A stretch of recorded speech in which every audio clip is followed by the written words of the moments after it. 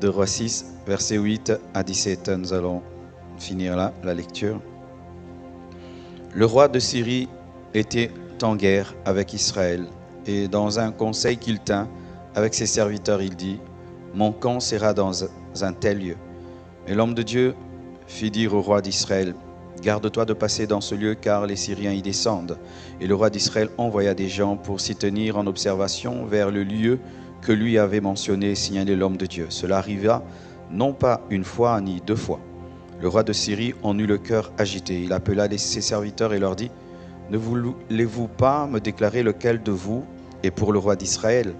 L'un de ses serviteurs répondit: personne au roi, mon seigneur, mais Élisée, le prophète qui est en Israël, rapporte au roi d'Israël les paroles que tu prononces dans ta chambre à coucher. Et le roi dit: allez et voyez où il est, et je le ferai prendre. On vint lui dire: voici, il est à Dothan. Il envoya des chevaux, des chars et une forte troupe qui arrivèrent de nuit et qui enveloppèrent la ville. Le serviteur de l'homme de Dieu se leva de bon matin et sortit, et voici une troupe entourait la ville avec des chevaux et des chars. Et le serviteur dit à l'homme de Dieu: ah, mon Seigneur, comment ferons-nous? Il répondit: ne crains point, car ceux qui sont avec nous sont en plus grand nombre que ceux qui sont avec eux. Élisée pria et dit: Éternel, ouvre ses yeux pour qu'il voie, et que Dieu t'ouvre les yeux et que tu voies. Et l'Éternel ouvrit les yeux du serviteur qui vit la montagne pleine de chevaux et des chars de feu autour d'Élisée. Prenez place, s'il vous plaît.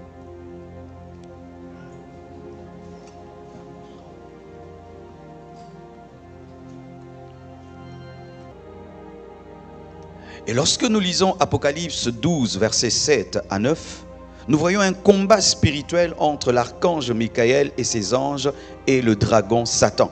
La Bible nous dit que l'archange et Satan se sont battus, et l'archange et ses anges étaient plus forts que Satan. Et voilà que Satan a été précipité sur la terre. C'est-à-dire que pendant que les hommes achetaient, les hommes vendaient, les hommes se promenaient dans le monde invisible, il y avait un combat, il y avait une guerre. Il n'y a pas que ce monde, il n'y a pas que la guerre contre la Russie et l'Ukraine. Il y a une autre guerre entre les ténèbres et la lumière, entre les anges et les démons, entre Dieu et Satan. Alléluia. Il y a des anges, il y a des démons. Il y a des anges, il y a aussi des démons. Il n'y a pas que des hommes sur la terre, il y a aussi des anges, il y a des démons. Et vous savez que lorsqu'on parle des anges, on dit que ce sont des myriades. Myriades, ça veut dire c'est qu'on ne peut pas compter. Alors la Bible nous dit que le 1/3 des anges a suivi Satan. Il y a combien de démons? Il y a des myriades de démons. Il y a combien d'anges? Il y a des myriades d'anges. C'est-à-dire quoi? Lorsque nous naissons sur la terre, nous naissons parmi eux. Nous naissons parmi les anges, nous naissons parmi les démons. Et ils sont plus nombreux que nous. Alléluia. Ils sont plus nombreux que nous. Pour terminer, l'histoire de 2 Rois 6, versets 8 à 17, nous parle du prophète Élisée, qui était capable de voir même dans la chambre du roi de Syrie. Lorsque le roi de Syrie causait avec sa femme, lorsqu'il faisait des réunions contre Israël, le prophète Élisée était capable de voir et de révéler ses plans au roi d'Israël. De sorte que le roi de Syrie a envoyé une armée pour attraper le prophète Élisée. Et lorsque cette armée est allée attraper le prophète Élisée, la Bible nous dit qu'il avait un serviteur qui avait peur parce que lui ne connaissait que le monde physique. Mais comme Élisée connaissait le monde spirituel, il était calme. Les personnes qui connaissent sont calmes et les personnes qui ne connaissent pas s'agitent. Les personnes qui voient au-delà du physique sont calmes, mais les personnes qui ne voient que le physique s'agitent. Mais Élisée voyait au-delà de ce qui se voit. Il voyait des chevaux, il voyait des chars, il voyait l'armée de Dieu qui l'encerclait et qui le protégeait, et il n'était pas agité comme son serviteur. Et comme son serviteur ne voyait pas et pensait qu'il n'y avait que ce monde, Élisée a prié que Dieu ouvre les yeux de son serviteur. Et lorsqu'il a ouvert les yeux de son serviteur a vu que la montagne était environnée des chevaux aussi, comme les chevaux du roi, mais ces chevaux étaient différents, c'était des chars de feu. Je prie que Dieu t'ouvre les yeux, que tu voies au-delà de ce que tu vois, qu'il y a des anges autour de toi. Il y a des anges autour de toi. Tu n'es pas venu ici seulement avec ta femme. Tu es venu avec des anges. Tu n'es pas seulement venu avec tes enfants. Tu es venu avec des anges. Tu n'es pas venu ici seulement pour voir un prédicateur qui prêche. Au-delà de Marcelo, il y a l'onction du Saint-Esprit. Il y a les anges de tout part. Je le crois et je le crois, je le crois. Je crois qu'en ce lieu, il y a plus d'anges que des humains. Donne-moi l'amen. Donne-moi l'amen, je vais te parler. Tu es chrétien. Tu es chrétien. Donc tu es un prince. Tu es chrétien. Tu es un prince. Tu es chrétien. Tu es un prince. Tu es chrétienne. Tu es une princesse. Si le prince d'Angleterre et la princesse de, je ne sais pas, de Luxembourg se retrouvaient à un endroit, il y aura combien de militaires dehors? Mais vous êtes des princesses et des princes. Je vous dis, dehors, il y a des anges. Ici, il y a des anges. Dans ta voiture, il y a des anges. Dans ta maison, il y a des anges. Ici, il y a un embouteillage angélique. Donne-moi l'amen. Dans les églises, on parle trop de démons. C'est pourquoi les chrétiens ont peur. Mais j'aimerais vous dire que ceux qui sont avec nous sont plus nombreux que ceux qui sont contre nous. Alléluia.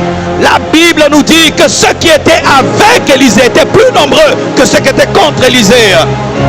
Faisons de la mathématique. Si la précipitation de Satan a entraîné le 1/3 des étoiles qui sont les anges, donc le diable a amené le 1/3. Si tu amènes le 1/3, il reste combien, toi qui étudies beaucoup? Les 2/3. Ça veut dire. Si j'ai un ange, un démon face à moi, j'ai combien d'anges avec moi? Si j'ai 2 démons face à moi, j'ai combien d'anges avec moi? 4. Si j'ai 4 démons face à moi, j'ai combien d'anges avec moi? Tu seras toujours plus nombreux, plus nombreux, plus nombreux, plus nombreux, plus nombreux, plus nombreux, toujours plus nombreux, toujours plus nombreux.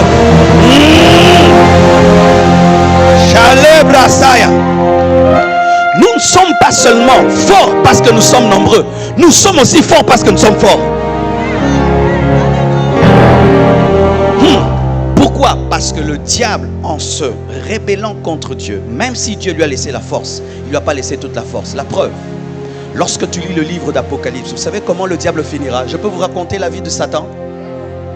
Vous êtes des sorciers, vous avez peur. La Bible dit dans Apocalypse, un ange, on ne parle même pas de son nom, ce n'est même pas Michael, un ange sans nom descendra du ciel, liera Satan. Il dit viens, il vient, donne tes mains, il donne les mains, on lit. On dit en prison pendant 1000 ans, ok chef. Et puis il fait 1000 ans en prison. Après 1000 ans, on dit on ouvre. Et quand on ouvre, il va faire encore une rébellion parce qu'il ne sait faire que ça. Et puis on les jette dans le feu. C'est comme ça qu'il finira. Mais un ange l'a lié. Alors que lui, c'était un archange, un chérubin. Mais un ange le lie. Pourquoi? Parce qu'il a perdu la force. Mais non, frère. Tu n'as pas que des anges plus nombreux. Tu n'as pas que des anges plus puissants. Mais tu as le Père, le Fils et le Saint-Esprit en toi. J'aimerais te dire que tu gagneras toujours. Tu gagneras toujours. Tu gagneras toujours. Tu gagneras toujours. Tu gagneras toujours. Parce que tu es puissant en nombre, mais tu es puissant en puissance. Le monde spirituel existe. Et aujourd'hui, ma prédication, c'était seulement vous témoigner de quelques 22 expériences spirituelles que j'ai eues. Je n'ai même pas pu finir au premier ni au deuxième.